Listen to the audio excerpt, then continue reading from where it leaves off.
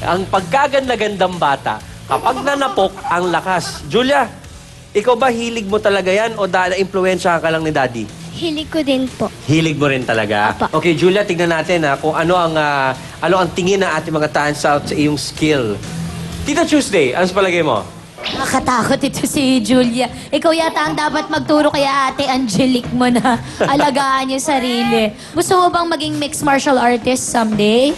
Opo. Talaga? Ang galing niya eh. Meron yan, yung pelikula recently, di ba, na babae na from mixed martial arts, napunta siya sa pag-aartista sa Hollywood. Kailangan na talaga ng mga girls ngayon na marunong ka na rin to stand up and fight. Hindi lang sa boys yan dapat limited. Ayan. Eh, gagamitin mo ba ito kay Daddy kapag pinagbawalan ka niya balang araw? Hindi naman. Love mo si Daddy, no? Opo. Oo nga, sinakyan mo nga kanina si Daddy. Nakita ko nga eh. Nakaganon ka kay Daddy. Ang husay. Maganda ang pagpapalaki sa'yo ng tatay mo. Daddy, tuloy mo lang ha. Ang pagturo kay Julia ng mga tamang bagay at lahat ng daddy na nanonood, pati na rin mga mommy. Kung meron kayong set of skills na valuable, ipasa nyo yan sa mga bata. Yan lang ang tanging maipapamana ninyo sa mga anak ninyo. Kung ano alam nyo, basta tama at makabuluhan, pass it on, diba? Good job, Julia. I'm proud of you. Thank you po. Thank you very much, Tuesday. And Chonggo, ikaw ba, hindi ka ba nagmamonkey style kung fu? Ba, meron din kami martial arts, Aba, Ryan. meron Pero din. alam mo kasi yung ginawa niya, may halo Muay Thai. Diba? Alam nyo, ang Muay Thai kasi, yan ang national sport ng Thailand. Ginamit nila yan para hindi sila ma-invade ng ibang bansa. Kaya nahirapan yung mga karatig bansa na invade ang Thailand eh. Pero kaming mga unggoy, meron din kaming martial art para hindi kami ma-invade ng mga ibang hayop sa gubat. Ano yun? Ang tawag dito, Lakatan Kwondo.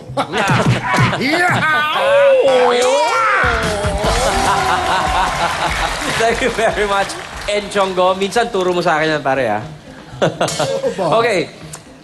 Miss Lucy, what do you say? Question, sakali, dun sa school or kung saan man may matagpuan ka na isang bully. Julia! Yan. Parang hindi naman bully, no? Parang ogre ang dating. Ogre, sumishrek ka doon. Paano ma-atake ng... Julia, gusto ko yung... Anong baon mo? Gusto ko yung baon mo, yung niluto ng tatay mong mechado. Akin na yan. Anong gagawin mo, Julia? Isusumbong ko lang po Akala sa ko sa teacher pakilang kasi po ayoko siya saktan. Ayaw mo siya saktan. Bait na bata. Very good, very good. Akala ko tatadyakan ako agad eh.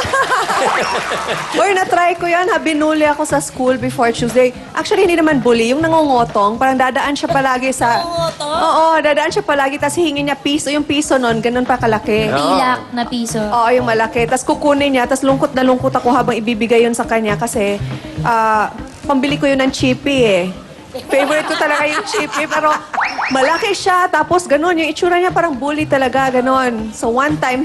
After siguro mga ilang buwan na tiniis ko yon, sinumbong ko sa yaya ko. Sabi ng yaya ko, sino dyan? Yan. Pangalan niya si Malu. Pag malukod asang kaman. Malu, alam mo ikaw na yon. Kinukunanan mo ng pisong pila. Kaya pala ganito kapayat si Lucy. Hindi siya nakakain ng chibi.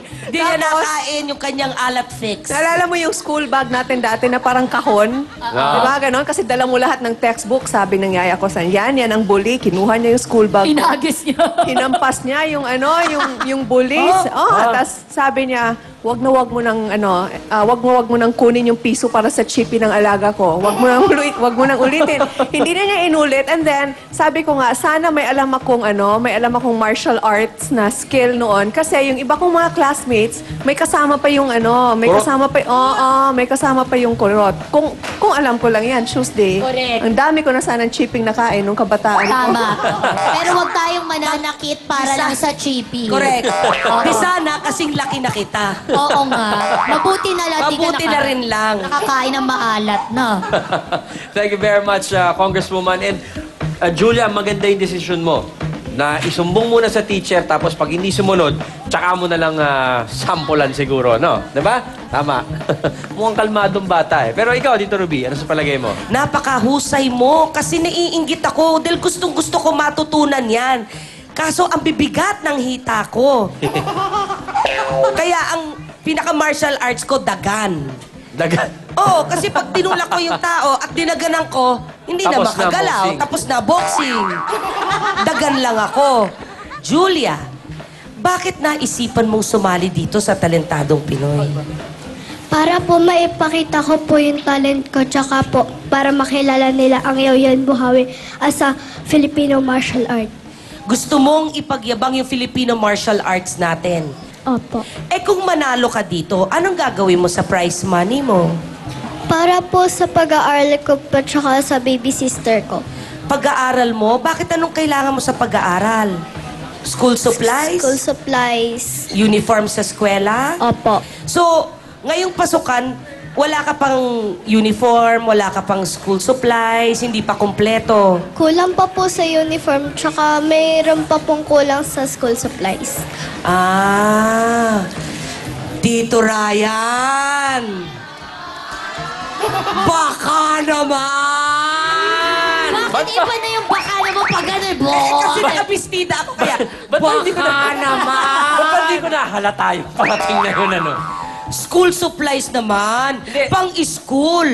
Nabasa ko kasi ito sa Uniform. research, Nabasa ko sa research, itong si Julia, parang ang gusto niya, kung sakasakali, tama ba yun? Ang gusto mo, makabili ng bagong school uniform tsaka ng school shoes, di ba? Apa. Tama ba yun? Tingin ko parang okay naman. Pero talungin muna natin mga kapatid natin dito. School shoes and uniform para kay Julia ngayong pasukan. Approve o disapprove? Julia, alam mo, kanina pa ako, kala ko nawala na yung kala ko nawala na sa isip Alam mo, nakalusot ni ka Ruby na. yung ginagawa niya. Pero dahil school shoes at uniform, agree na agree kami dyan. Kaya, Julia, manalo man o matalo, sagot na ng Talentadong Pinoy ang uniforme at sapatos mo for this school year. Okay? Tita Ruby, thank you very much. And Julia, Maraming salamat, Tito Ryan. thank you, Tita Ruby. Thank you po. Tita Julia tuloy. Julia, maraming salamat at pagpatuloy mo yung kagandang asal na pinapakita mo, okay? Julia, give me 5. Alright, thank you very much, Julia. Relax ka na backstage. Kala ko, lusot na ako eh. Naalala mo pa pala. Well, nagsimula po ang lahat sa videoke hanggang sa napunta na sa pagsali sa mga singing contest. Yan ang kwento ng ating huling talentado kid, kaya't halina't kilalanin pa natin siya. Proud ko pong pinakikilala ang aking pong anak na si Armel. Siya po ay nag-iisa naming anak. Nakita po namin siya nung mga grade 3 na po siya. Kumanta po sa video okay. Mahal kita. Pinakakanta po namin tuwing may video okay. Hanggang sa po sa nalaman po ng teacher, yun. Pinakakanta na po siya lagi tuwing may sa school. Klase naman, ang favorite kong subject ay Filipino. Gusto ko nagbabasa ng mga kwento. Pangarap lang po namin yung pong makapagtapos ng pag-aaral. Interpreting a classic song in his own style, please welcome Armel Luna, or simply Armel.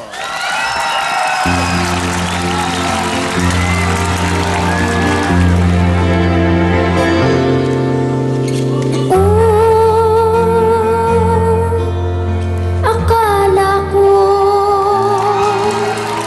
ang wagas na pag-ibig ay sa nobela lang matatagpuan, ay para bang kay hirap na paniwalaan.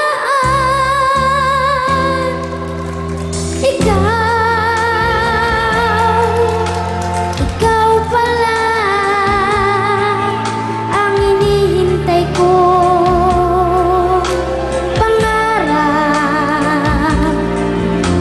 Ngayong kapiling ka at tayo'y isa, hindi ko hayaan na sa atin ay mayag lang. Pangako sa'yo, ipaglalaban ko sa hirap at ginawa ang ating pag-ibig.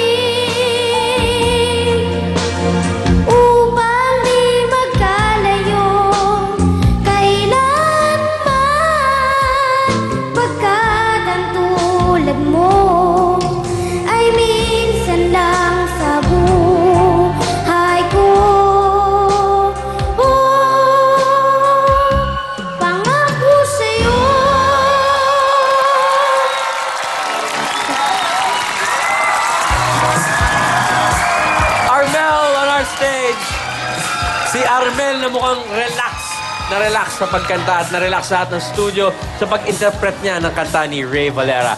Alamin natin kung ano ang hatol ng mga talent scouts sa tinig ni Armel. In just a bit, Talentadong Pinoy Kids will be right back.